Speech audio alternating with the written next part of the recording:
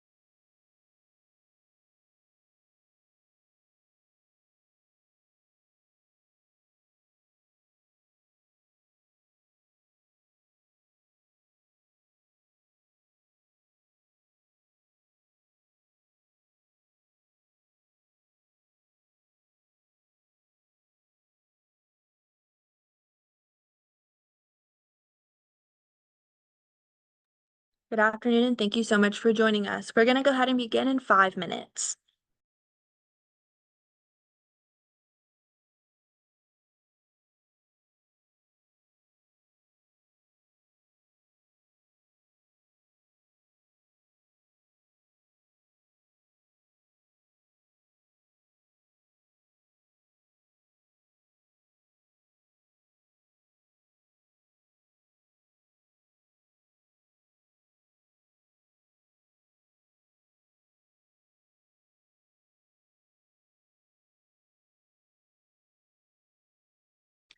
Good afternoon, and thank you so much for joining us. We're going to go ahead and begin in 4 minutes.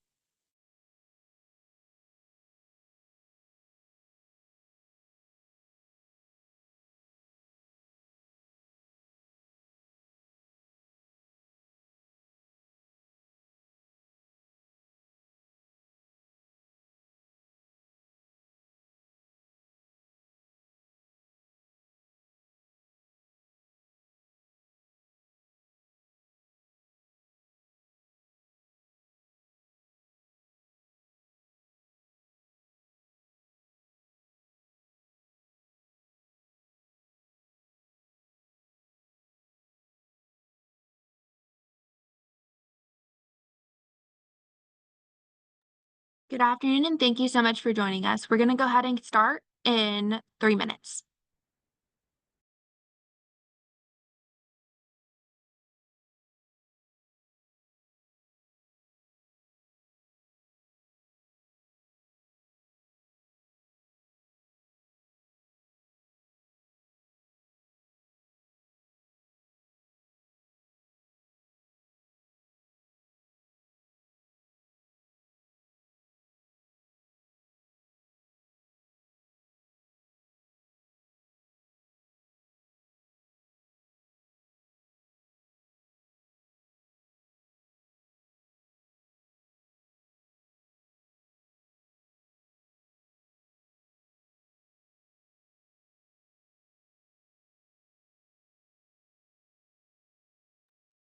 Good afternoon, and thank you so much for joining us. We're going to go ahead and get started in 2 minutes.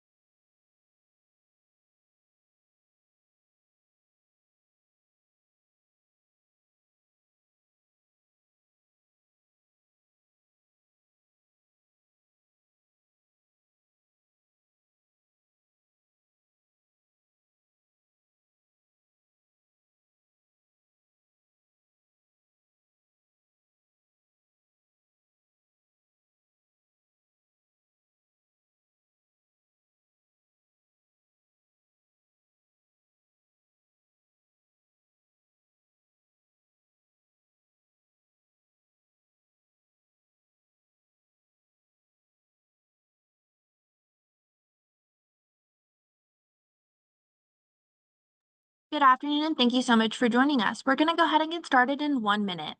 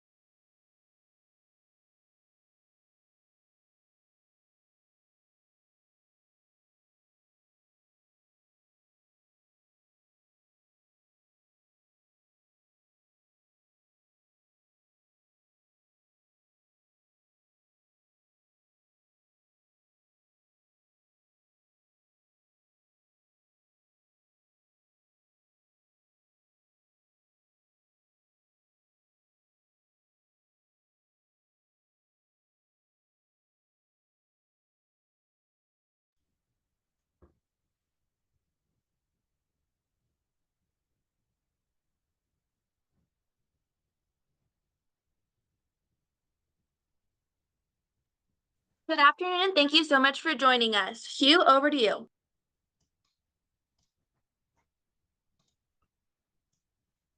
Thanks, Alyssa, and good afternoon, everyone, and welcome to our discussion on strategies for effective decision-making and workplace dynamics.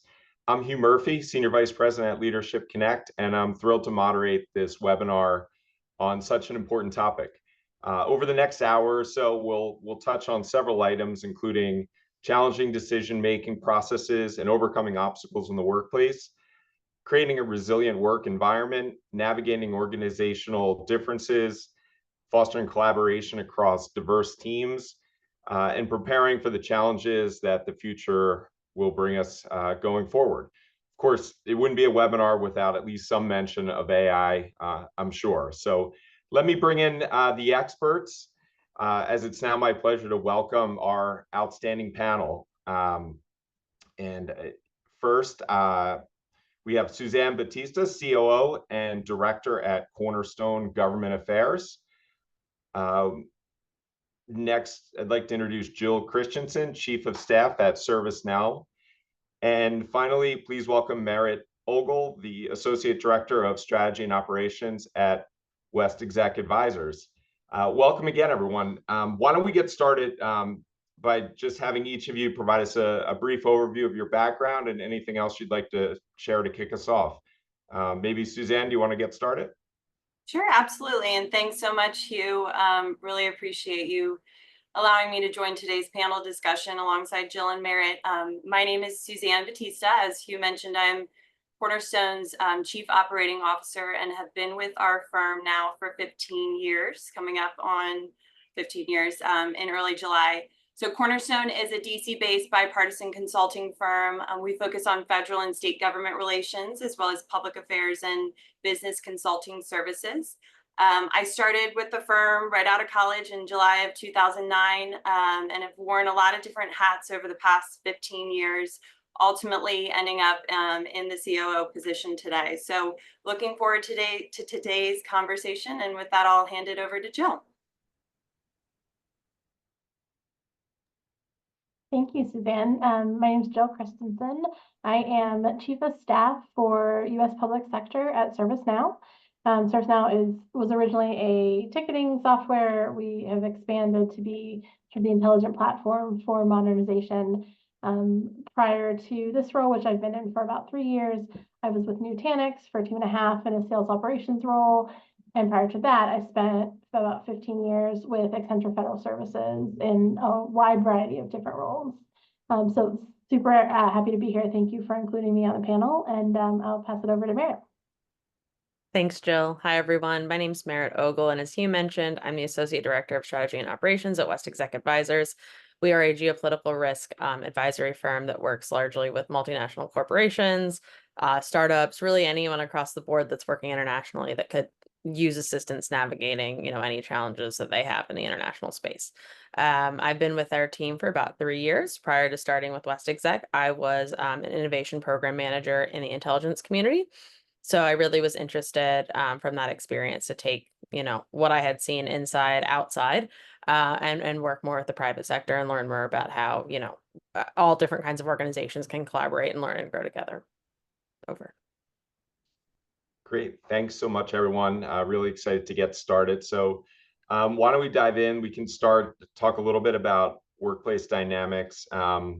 Maybe just a quick one to get started. What are some of the most common challenges you see in regards to workplace dynamics today? Jill, do you want to get started? Sure. I think the simplest answer there is probably working remotely or in a hybrid environment where some people are in office, other people are not, or some people are fully remote. And I think learning to navigate how to be effective in your job, how to be an effective teammate, how to be an effective leader in a workplace where people are bringing lots of different approaches. For me, that's been one of the more challenging things that I've seen recently. And Suzanne or Merritt, anything to add? I'm happy to jump in. Totally agree with Jill. I think As it relates to this point in time, I've seen a very common challenge when it comes to differences in working styles, somewhat relating to generational views too. At this point in time, I've heard that there's 5 different generations in the workplace, which is crazy to think, but with folks retiring later, it does, the generational views do span over those 5 generations. So I think those differing views and differing work styles do create some challenges with workplace dynamics, as well as effective management. I think, really positioning managers to where they feel they are confident in managing people can create some challenges and can really make or break different teams. So I think effective management is another workplace challenge as well. And Okay, to cool. build off, Yeah, yeah, sorry, Keith. go ahead, Merritt. Yeah, please.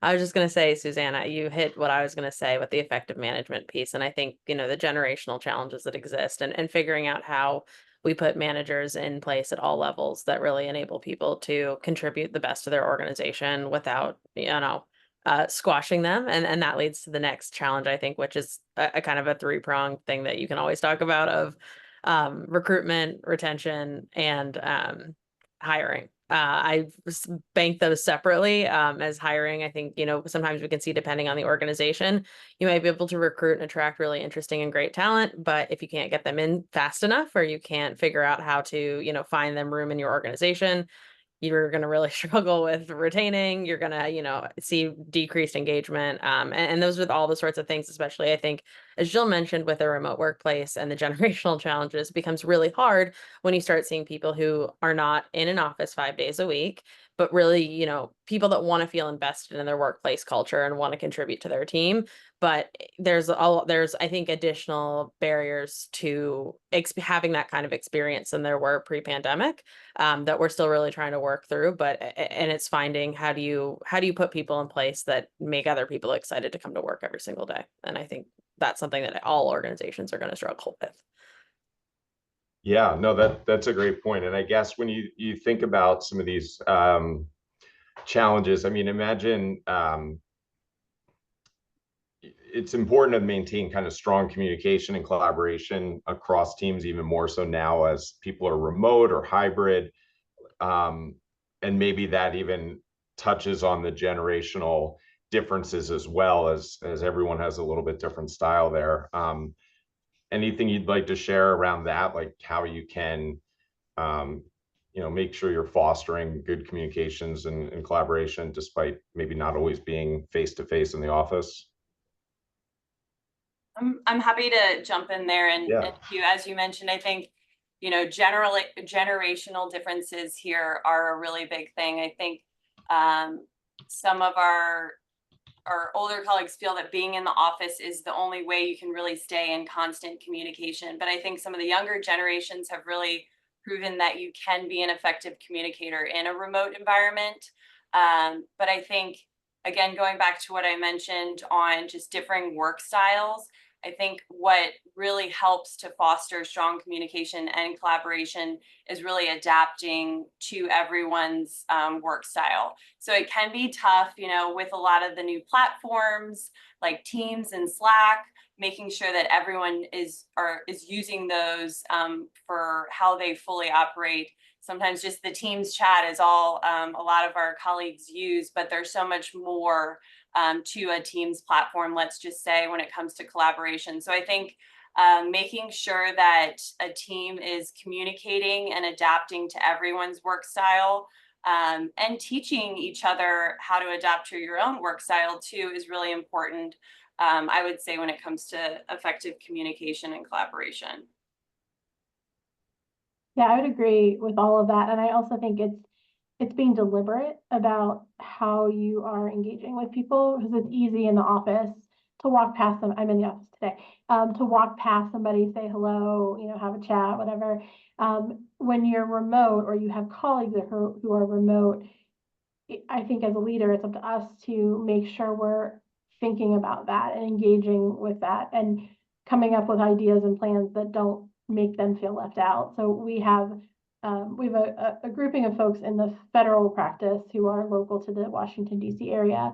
So we're able to get together, but we recently expanded to bring in our state, local government and education team who are all over the United States. And so I've been in this transition period of how do I take what's working, because I was federal before this. So how do I take what was working with our federal team that does have more opportunities to be together and carry that culture and that feeling over to a wider, more remote workforce? And I think just thinking through how to do it in a way that makes people feel engaged, I think is really critical. Jill, I really like that you use the word deliberate, because I think one of the things that I've seen that I would say is not always an effective strategy is thinking that if your communication and collaboration is poor, making everyone come into the office is going to fix it. And I think you have to have other channels in place that are effective, and you have to have strategies that work for your team. And I think just defaulting to we're going to pop into each other's offices twice a day and say hello doesn't help increase engagement or collaboration in my experience. But I do think it's how do we foster those skills and put those things in place? And I think we've always said, right, like direct communication is good communication. And especially I think sometimes if in different kinds of workplaces, if you're like, I'm waiting to feel this person out, or maybe they've just started and I'm trying to figure out what their working style is, to Suzanne's point about adapting to other people's work styles. I also am a firm believer that I think if you're not understanding the way that someone's operating, ask them, talk to them. If you are not comfortable with, the work environment that you're in, open that conversation, because the quicker that you can do that, I think the more effective you can, resolve hurdles to whatever kinds of collaboration challenges exist. Yeah, and Merritt, just to add to that, I think you're so right. And that's something we've talked a lot about as of recent, is just asking people what their work style is. It's so important to address that right off bat.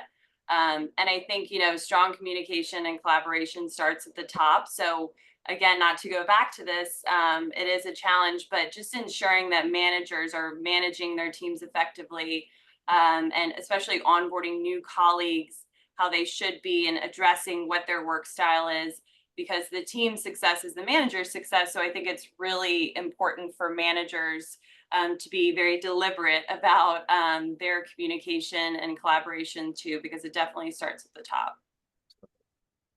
Yeah, that's a great point. I mean, I can say here at Leadership Connect, we were primarily 100% in the office prior to the pandemic and everyone going remote. And we've since now been hybrid, I would say, over the last several years. And you've all kind of are spot on with different work styles, and maybe even sometimes with certain folks on the team, different,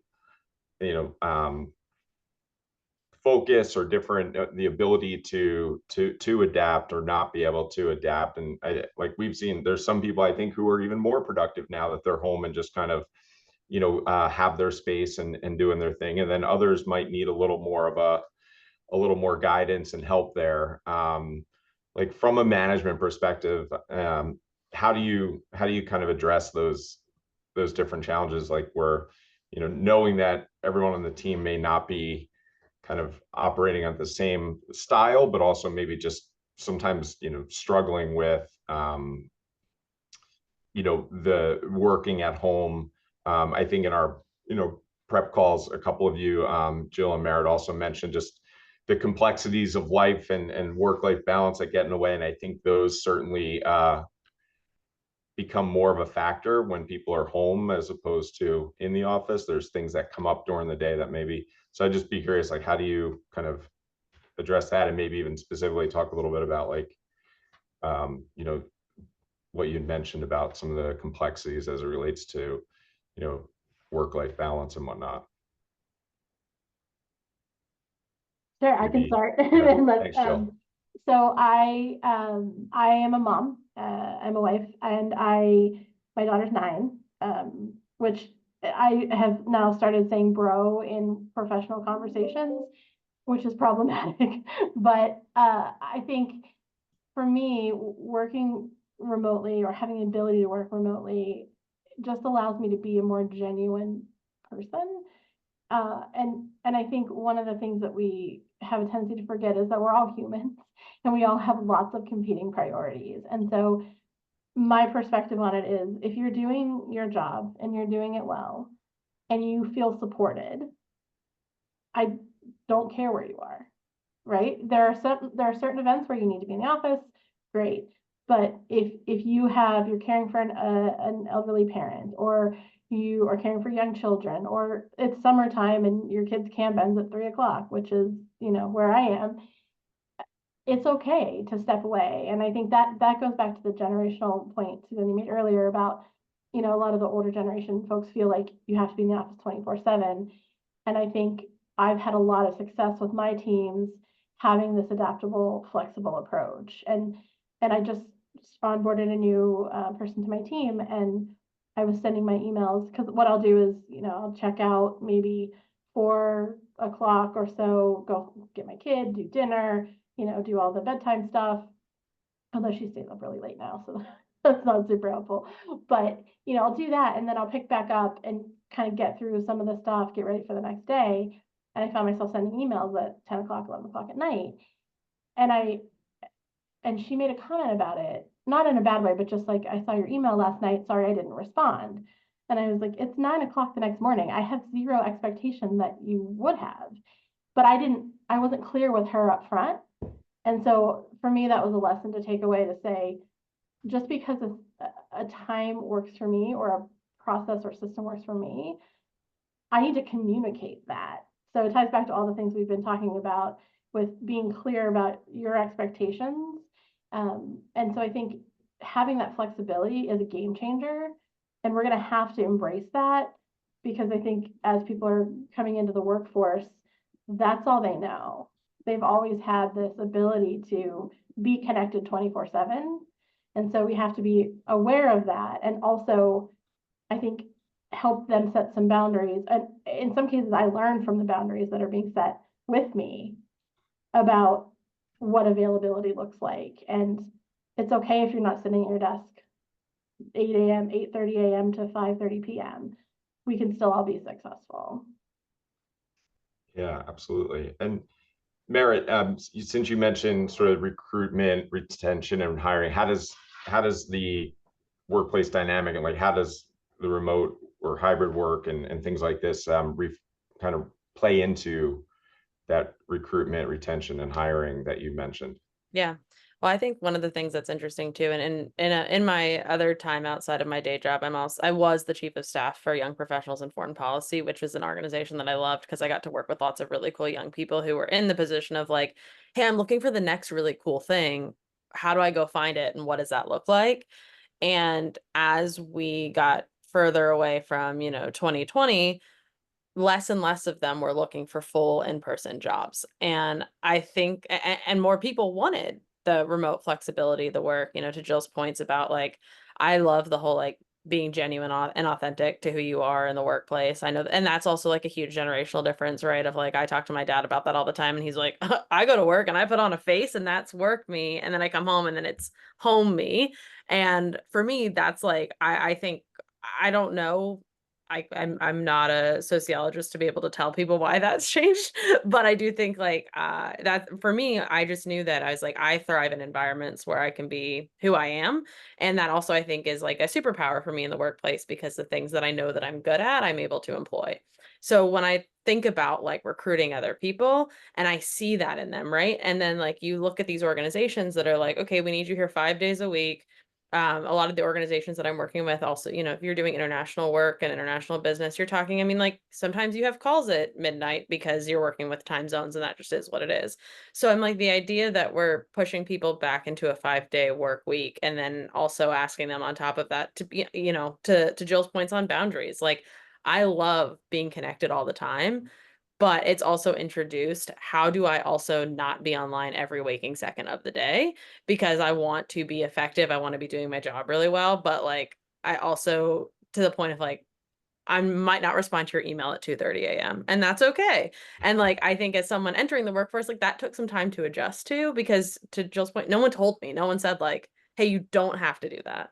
And so I think, as we look at what kinds of jobs people are looking for, and especially, like the high performers, ones that are like, I'm ready to hit the ground, like let's really knock things out. Sorry, almost swore. It's really trying to create environments that are going to best thrive for your organization, and not every organization is going to work like this. So you obviously have to know your team and know who you're trying to hire. But I think if you want that authenticity and the best work out of people, trying to create environments where that is kind of like the mantra, it is really effective. And I honestly don't have a lot to add here because I think you both, communicated everything very accurately. I think, as a working mom as well, it is really tough balancing priorities and seeing emails come in, at 2:30 a.m. and not wanting to respond right away and such. I think, as both of you mentioned, it's really just setting expectations. And again, everything goes back to communication, but just effectively communicating. And I think the best time to do this is when you are onboarding a new employee. And I think mentorship really plays into that too, and making sure that any new employee has someone to turn to and ask those questions, because sometimes it can be intimidating going to your boss that's emailing at 2:30 a.m. and realizing, oh my gosh, I didn't respond. So having someone to go to and talk to about that, because anyone that is gonna discipline someone for not responding to an email at 2:30 a.m., that needs to be addressed. So I think it's really important, again, for making sure that everyone knows they have a voice, setting those boundaries and effectively communicating right off bat that there is no expectation for them to be working at 2:30 a.m. and responding to those emails. That works for that person, but it doesn't have to work for everyone else too. So that's all I had to add. I think you both answered that perfectly. Great, thanks, Suzanne. And you touched on a little bit about onboarding, but what about just as somebody moves along in their career with the organization, maybe kind of mid-level employees, or they're kind of continuing on their professional journey. Any thoughts on how you're helping kind of continue to support them in their development, kind of the everboarding, if you will? And I know, Merrick, we touched on that a little bit the other day, but anything else to add there? Yeah, I would first say, I think, and I'm working ahead here because I'm looking at some of the Q&A that's coming in, because it's also prompting interesting thoughts in my head I'm like, those are good questions. I think as it relates to, that everboarding retention piece and things that are changing, if you look even 10 years ago, if you like what people's compensation packages look like, and it's like, all right, good salary, here's your like education, tuition, money pot that you can figure out what you want to do with, and healthcare benefits and a 401k plan. And I think one of the things that I'm starting to see too, and this is also emergent with like a lot of the big tech companies that are driving a lot of like the young talent into the workforce, is different kinds of compensation packages that more align with priorities and interests of the people they're trying to attract. What I mean by that is I think it's also getting away from necessarily like that, DC is an interesting place. Obviously, like the three of us were in like the bubble of like, there's a ton of people that want to come to work, and it's kind of some of the places they want to go. It's like, this is what it is. It's not going to change. So you can either take that or not take that. I think if you're kind of in a different space looking at, okay, here are the goals that I want this person to achieve in the role, and treating honestly even your junior and mid-level talent more like you would have like looked at a C-suite team in the past of like, I want this person to achieve these things. Here's what your salary is going to look like, but here's what bonus and, spot bonuses and that kind of like retention and reward looks like. Because I also think that helps people with the workplace balance of like, you're then not trying to compensate for like the fact of like, oh, like I'm starting out and I have a salary that's at this level, therefore I'm performing at this level, versus like, here are the things that a manager has instructed me are their top priorities for me to obtain. So I'm going to go chase after those things because it mutually benefits us. And so I think like for me, that's something I've been thinking about, because like, again, a lot of the comments I'm making right now are not applicable to every organization. Given like there are structures in place that are beyond anyone's control. But I think especially, and I'm looking at like who's in attendance today, a lot of people that are leaders in like the COO operational space, looking at, you know, what can you do to try to push your organization into saying like, if this is a person that we really want to hire, this is a person we really want to retain, we need to put structures in place that benefit them so that they don't go leave for, you know, like 10K more, because that's a shame when that happens, when you can't figure something else out. Thanks, Merritt. Suzanne or Jill, do you all have anything to add there? Similar things at your organizations? Yeah, I think, and this is something that I failed to mention during my introduction, but Cornerstone is an employee-owned company. So that is a huge benefit and a huge retention tool for us too. I think that, I mean, there's no other consulting firms in the area that are 100% employee-owned. So for us, that's very appealing to potential new hires and something that we really market ourselves with. I would say though, I mean, yes, Merritt's right. Compensation is top of mind for anyone coming on, but I think there are other things that you could highlight, like professional development opportunities.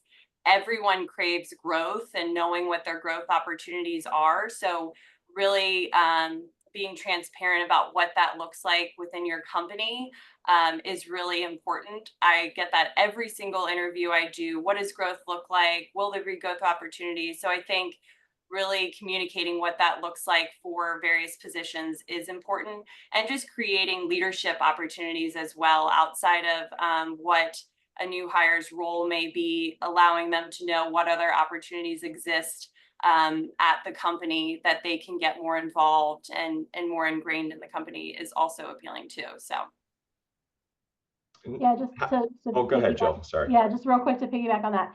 I totally agree. I think that the other thing as a leader that I've struggled with is you have to give them more things to do. You have to delegate more. And I am not great at that because I have built my career being the doer, being the go-to person. And I had this sort of innate fear that if I bring my people up, then I'm working myself out of a job, or I'm not as valuable, or whatever story I've told myself. And I've learned that it's the complete opposite. It's that growth that they're looking for may not exist. We may have to create it for them. And we have to be willing as leaders to do that and to let go of those things and to throw the little baby bird out of the nest and help them fly. And so I think those all go kind of hand in hand in terms of keeping people happy. It sometimes requires growth and vulnerability from their leadership as well.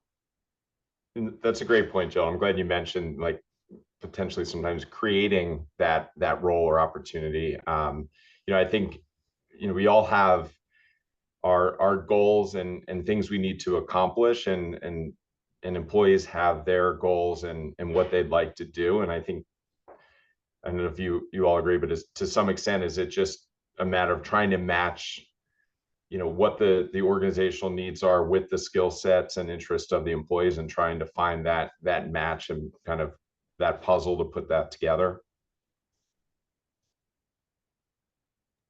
I think it's rare that you get the unicorn candidate that fits everything you want in the role, is motivated by everything they have to do. So I'm very honest in my interviews when I say this role has a lot of really great things and also some things that are not super great, and you're going to hate them, and we're going to get through them together. So I think it's finding the best match that you can and helping people assess how much they're willing to take. I'm big on boundaries. I'm actually bad at setting them, so I'm big on talking about them because I'm hoping I will train my brain to set them.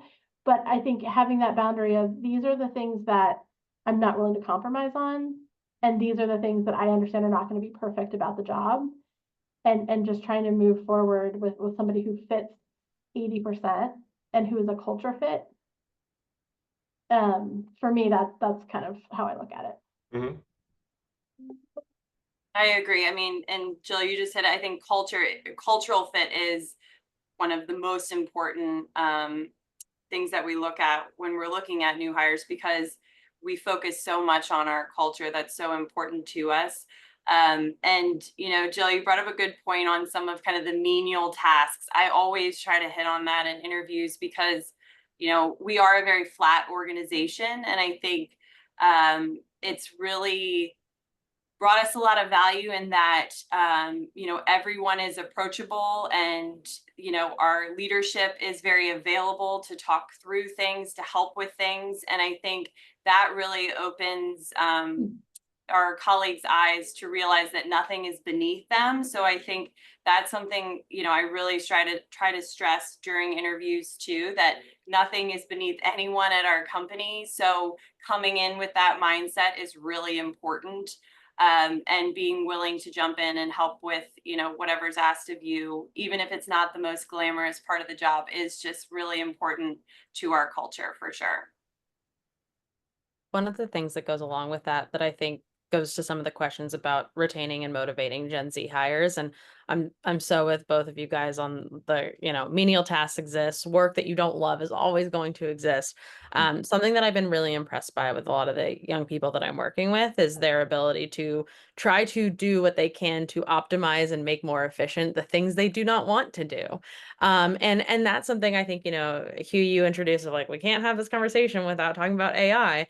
And I think, you know, as we start to see some of these new tools develop that are, you know, coming online that do things like they help with scheduling, they help with receipts, they help with like all of the things that so many people are just like, oh man, now I have to go like do an expense report. And like, no, you know, no one wants to do that.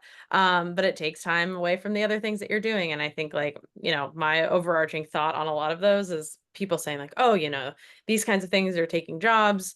I also see a lot in our space, how much it can help optimize the things that you're doing to make the work that you need to be focused on so much stronger. And so I also think as like a leader in that space, it's really important to try to help your team to help them, you know, to Jill's point, like we're going to get through this together, creating that culture where like, yes, we're going to do it together. But if there are things that we can do to make the lift lighter, and even if that's like small investments in different softwares that people need, or like trying to be more open to being like, okay, like let's give this a shot. Like this is secure and we're not gonna, you know, put our data out into the internet and just like send it away. But try to work with people to help them to do those things better and faster so that their job does feel more rewarding to them. And being open to adjusting the way you do things. Like Yeah. that's been huge for me because I'm, you know, I'm on the upper of the 5 generations, not the tip top, but I'm not at the bottom either. So I've been doing an Excel report the same way for 20 years. And I know there's a better way out there. I'm sure there is. And so when somebody comes to me and says, hey, I can do this Power BI thing. Yeah. I feel I feel a little, you know, man yelling at the cloud, like, oh no. But it's so much better. And so for me, it's taking that step back and realizing I'm not the young kid with the ideas anymore, right? Not that I don't have ideas, but I'm not the one looking for the efficiencies. I am relying on how I've always done it because I know how to do it that way. And so just being, again, open to what people are bringing up and allowing that conversation to happen, you can get so many things done so much more effectively and efficiently. And it's just being able to accept that and not think, well, I've been doing this 20 years, I know how to do it best. And I think that's so important. I totally agree. And I think, again, not to go back to this, but communicating that right off bat too, when someone new starts saying, you know, we've been doing it this way for 15 years, but we are open to new ways of doing things. And, you know, please let us know if you have any ideas, because I think people, unless they hear that, they think that they have to do it the way that the company's been doing it for 15 odd years. And I think, again, going back to what I mentioned, just making sure that that makes the employee feel like they have a voice. And I think, you know, again, going back to the point I made about it comes from the top, to what Merritt said, I think making sure that leadership is communicating about how important these operational aspects are, like expense reporting and what it affects and how it can negatively affect the company, is really important, because a lot of folks on the client service side are focused on doing their work and servicing the clients, that they forget about these other operational aspects. And I think it's really important, again, for leadership to just communicate and stress how important these are, and sometimes have to play bad cop in following up and helping some of the team members that oversee these different matters in addressing the issues with delinquencies and such. So I think those are two great points that you both made. I think the telling people the why is so important. Like, I'm glad you mentioned that, because it's a lot of people, in the older generations grew up where you didn't ask questions, right? You just did what you were told. And the younger generations will ask a bajillion questions about everything, which is great. But I've noticed over my career that we've started telling people why it matters. And that makes such a huge difference. Yeah, it's kind of, I think that's a great point. Telling them why. I think you've kind of touched on empowering employees to question, why we're doing something, or looking for a better way, potentially Excel to Power BI, et cetera. Thoughts on that, like how, and I imagine some of you, I know, Suzanne, you've been at Cornerstone your entire career, but you've obviously seen a lot of growth over that time, and others, you've been at different size organizations. How does that dynamic change, within different organizations? Primarily, maybe it's on size, maybe other factors, but have you seen where, sometimes in a smaller organization, it's easier to wear many hats, and maybe employees feel more empowered? And I guess, how do you kind of maintain that culture of, employees being comfortable, questioning or coming up with a new way as your organization grows, or maybe if you're at a larger organization where maybe there's a little more bureaucracy, if you will? Yeah, and I'm happy to jump in here, because, even though I have only been with one organization my whole career, when I first started, we were only 30 people. Now we're 185. So it is two very different organizations when you're looking at it from a size perspective. But we have really tried to maintain our culture and have done a good job in doing so, because I think one way that we've maintained that is by building our operations support, and ensuring that the operations support is at the same level as our client service growth as well. So that has allowed us to maintain our culture and be able to still provide the same level of service despite our rapid growth. When you are smaller, that is so common, and employees are willing to do that. But I also think it's a benefit to them at smaller organizations. And I can say that about myself. I am very fortunate to have been able to serve at our front desk when I first started, because it really allowed me to learn everything about the company top to bottom, and wearing all those different hats has gotten me where I am today, and I'm very grateful for that. So even though it may be a lot to balance, I think looking at it from that perspective and being able to learn so much about the company is really beneficial. It's hard to convince someone of that, of course, when they may be struggling with bandwidth. So, again, going back to stressing how important it is for them to communicate when they feel like they can't continue to balance all of that and need additional support is really important. Awesome. I guess so. A lot of what we're talking about obviously requires a lot of different decisions to be made, and so wanted to touch on that briefly here. I think we've talked about some things already with, kind of comes from the top down and things like that. But how do you define kind of effective decision making in this context? And what strategies do you implement there? And maybe, looking at it from a, maybe we could look at it from like a, getting diverse perspectives, and, we've touched on it a little bit, but anything else in the way that we could bring others into these decisions across the organization? I think so. I'll kick it off, and then obviously interested in what the other two have to say. But I look at decision making as sort of a delicate balance, because I know my personality. I want to know 120% of the information, because I don't want to make the wrong decision. And I have had to learn that that's not possible, and there will be wrong decisions, right? You have to get to as much information as you can get and make the next best decision. And there are very few that are completely unwindable, right? You can usually course correct. And you want to get people's input and perspective, but you can't give up the agency that you have to be the decision maker. And so coming into a position where I am a decision maker on certain things has been, it's been a growth opportunity for me, because I was always willing to defer or wanted to get everybody on the same page, and you can't always do that.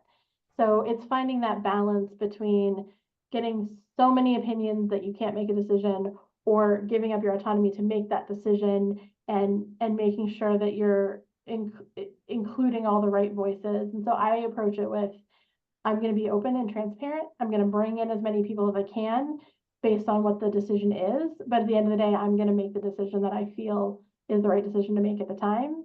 It may or may not be right, but I'm going to have to make the decision.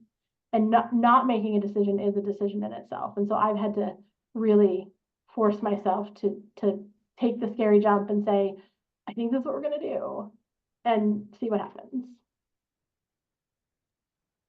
Jill, I think that's spot on. And I would actually, a couple of the questions in here. I know Daphne, you had asked about balancing authenticity. And one of the things that I heard in Jill's answer about, you have to know yourself as a manager in the way that you make decisions, and you have to understand how your brain does that in order to effectively work with other people and pull in diverse perspectives. I think a lot of times, if it's very clear, and I think this goes to, I think Michelle had asked the question too on, how do you approach a manager you feel is not best representing you and the agency?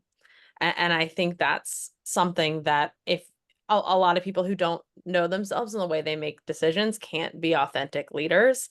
And Jill earlier had made the comment about making sure we explain the why. And I think especially in decision making, it's really important when you are able to be able to say, this is the decision I'm making. Here's why I'm making the decision. And I also think sometimes, divulging some of that uncertainty. Not every decision you make is going to be perfect. It's not always going to be right. But I think people respect you a lot more when you can say, like, here's what I'm thinking. Here's what we're going to do based on the inputs that I've had. And I think, to the point of also knowing yourself, that's what helps you bring other people to the table. Because I think, the further along I move in my career, realizing, I like Jill used to be a big context learner person of like, tell me everything I need to know in order to do this thing. And that's not possible. But then I was like, oh, I'm going to compliment myself with people that make really quick decisions. That also is not a good idea. And so it's finding that balance of how do you bring in people who have complementary skill sets to your own, and what kind of, like your work personal board of directors do you need to be really effective at doing that, and who are your trusted people that can help you really at any point when you have to make the hard decisions. Yeah. Only thing I'd add there really is, you're making this decision for a reason. You've been established as the decision maker. So you really have to be confident in yourself. And as you both mentioned, I think, reaching out and asking for others' perspectives is so important. But ultimately, you have to focus on, the betterment of the company and how it affects the culture. And outside of just individuals' perspectives, thinking kind of big picture. And how it affects the firm as a whole, and just anticipating any negative pushback on your decision and what may come of your decision And especially in kind of rapidly changing work environments, you really do have to figure out, once the decision is made, it could, become a huge issue. So anticipating past that decision, what may arise, and just really thinking big picture is super important, how it may affect other aspects of the business past just, with the perspectives that people have provided too. Yeah, and along those lines, I mean, so kind of thinking about, you're never going to have all of the details, but how do you balance sort of using data-driven decisions versus intuitive decision making? Anything to add on that topic specifically? I would just say, and Jill mentioned this about decision making in general, it is a delicate balance. And I think, data driven decisions and intuitive decision making, it's a real struggle, because you really have to remove all the biases and focus and remember that, data doesn't always capture things like attitude and performance, and that those are really important. So while someone may be a strong performer and a big business development driver, they might have a bad attitude too. So you really have to look at it holistically and not just focus on the data, but really use your intuitions when you're thinking about making a decision, especially when it comes to personnel. So it is a delicate balance for sure. We've actually, in terms of performance management, we just implemented about a year ago a new process or system. And what I really like about it is it takes into account the what. So what was your sales quota? Did you hit it? How far off were you? And then it takes into account the how. And those count equally. And I think that's really critical. Susan, just what you were saying, like the numbers will tell you one thing, but I can look at that number, having been here 3 years, and be like, oh, well, that person closed a big deal the year before, and that's why their pipeline was low. And that story. Or this person is at 500% attainment, but nobody wants to work with them. And those both matter. And so you have to take them both into account. So fully agree with what you said. Did you say sometimes, is it for some people, do you think it's sometimes easier to kind of make the data-driven decision because they can kind of use that as a kind of a fallback? Well, the data said this, so why wouldn't I have made that decision? Where the intuitive piece is a little more of a risk. Would you agree with that or see it differently? I would agree with that. I think we just have gone through a situation where we're starting to look at different metrics, and we're starting to look at more metrics. And, the storyline that's coming out in the metrics does not sync with what's actually happening. And so people are saying, well, you're in the red. Like, but really we're not, for this reason, that reason, this reason. And so I think it's very easy to double down and say, this number is red. But to take that step back, to take the time and the energy and the effort to really understand the context underneath it, I think a lot of people either A, don't feel like they have time to do it, or B, are not interested in doing it. So I definitely think it's easier to default to that. But I think it's up to us as leaders to push back on that and say, I hear you, I see what you're saying. Here's the flip side of that, or let me give you additional context on that. Doesn't always work, but I think that it goes back to what we talked about employees having a voice, right? If you set up a culture where your employees feel like they can escalate things like that, you have a better chance of not having to default to the data, because people are willing to talk to you about what's really going on. Yeah, and I would say real quick, there's no like one size fits all. I feel like for this question, just because so companies, focus on so many different things when it comes to evaluating performance, especially. And I think, Jill brought up a great point that I think technology is just such a good way to track both, performance on from a data perspective, but also being able to consistently throughout the year log feedback on that employee. Because again, some people might not be the strongest business development folks, or the strongest team leads, but they may do a stellar job, you know, promoting culture and mentoring colleagues and such. So I think data-driven decisions when it comes to performance are really tough. So I think Jill made a good point that, you know, utilizing platforms that allow you to track both are very important in different companies that focus on both. Awesome. And I think we have a couple of other questions coming in through the chat. And if anyone online listening in has questions, please, by all means, use the Q&A tab here at the bottom of the screen. But one other question we just received is, so how do you keep any work negativity from, you know, leaving work when bringing it home with you? Anyone want to answer that? Do we? Who has I work guess maybe it's the negativity? first question. I mean, I think, right, like, jumping in on this first, but would love to hear the other panelists' perspective on this. I think, like, you know, I am not a parent, but hearing, you know, two other women on this panel talking about what their work-life balance looks like is always really insightful to me to think about. You know, you really just keep in focus of like what matters in life and what matters to you versus what doesn't really matter. And I feel like so much of what I could take away from negativity from work comes from things that when you really can step back, or like the I handled this to the best of my abilities. You know, the exact same thing that we're talking about. How do you communicate with employees? How do you communicate with yourself about, am I proud of my performance? Am I proud of the person that I was at work today? Which is also a really good question to ask yourself in your work environment, because if you're not, that might indicate that you should look for something else. You know, figuring out what that balance is. But like for me, that helps me to the best of my ability leave negativity behind when I really just like, I'm like, you know, Jill mentioned the point of like elder care or child care or these things that I'm like, our attentions are always so divided that even though can be connected 24/7, what are the things that you're putting your emotional stake and focus on that are not, you know, wow, this email I got today was so frustrating, and how do they not understand what I tried to communicate to them? Okay, let me go back and try to fix it. But like, as soon as I send it, I'm walking away. Would love to hear from you guys though. Yeah, I think all that's totally spot on. And I also think it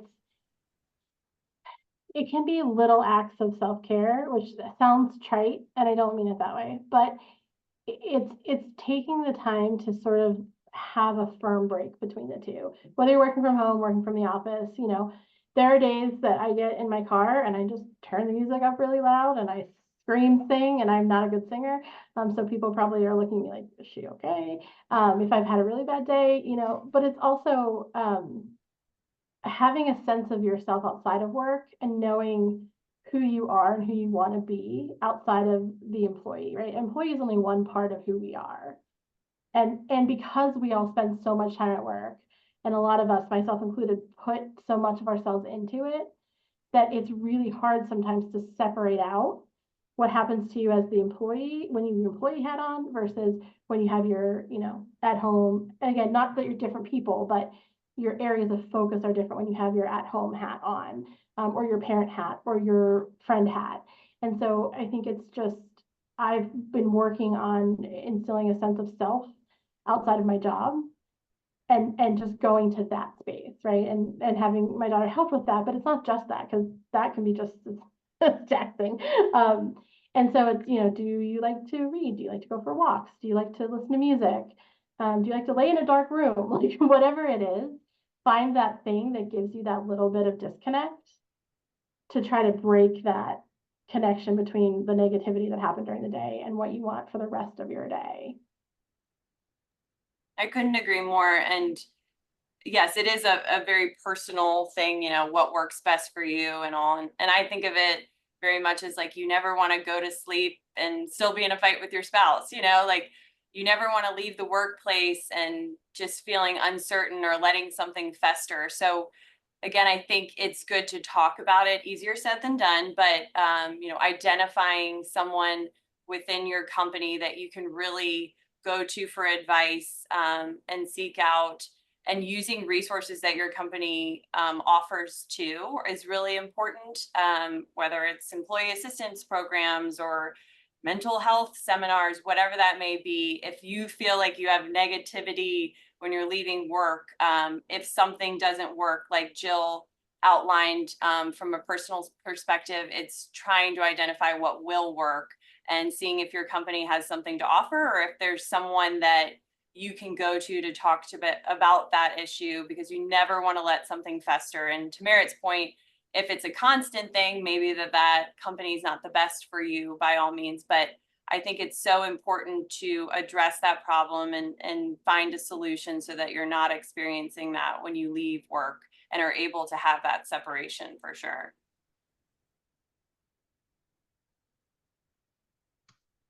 That's great. This has been really, really insightful. I guess as we start to wrap up here, and again, if there's any final questions from the audience, please send them on in our way. But I guess for the three of you, any final piece of advice you'd give to someone looking to improve on adaptability and decision-making that maybe we haven't touched on, or just reinforce some of the topics we touched on, just as a final closing thought? I would say my advice would be to practice, which, it sounds kind of silly, but when your friend asks you what you want to have for dinner or where you want to go, make the decision, right? Like I am always like, I don't care, whatever you want. Practice, make that decision. And then, when other people make decisions that maybe you wouldn't like or don't love, it's an opportunity to be curious about why you don't like it. So I think it's practice and be curious. And I would say take advantage of every opportunity to educate yourself on what your company does, what your colleagues do, and how the company operates, because it'll help inform your decision, every day. And that means making time for one-on-one meetings and to learn about what others do. But I think that's just so important to helping you feel empowered to make a decision, even though it may not affect you directly. And harkening back to the point on, wanting to know everything you possibly can before making a decision, I think, some of my takeaways from this conversation also rely on make sure that you're taking the time to know yourself and to know others around you. To me, I think a lot of the things that we talked about on this panel today are related to, it's taken a long time for each of us to know enough about ourselves to say, here's how I operate and here's how I want to operate with others. But through, really genuinely connecting with people and understanding them, you gain different perspectives and different understandings of how they see the world. And that's a really positive outcome. And I think it's something that, as we talked about, tech tools that can make your job more efficient, that's something that's not going away. So on the bright side, the power to connect and manage and inspire and learn from other people is something that I think we as leaders owe it to ourselves and to the people in our organizations to be better at. And I know, someone had asked the question of how do you address a manager who doesn't do those things? And I think to Suzanne's point that she just made is take their learning experiences, look at it and say, that's a decision that I didn't like. And I didn't like the way that person managed. And now in the next role that I take on, here's how I want to be different than that. And those are things that, make us all better. So invest in those things. Great advice. Well, thank you all again for joining today. I hope everyone picked up a tip or two from our panel here and things you can take back to your own organizations. And again, to our panel, Suzanne, Jill, and Merritt, thanks so much. It's truly a pleasure, and wish everyone the best and look forward to speaking soon. Thanks, everyone. Thank you. Thanks so much.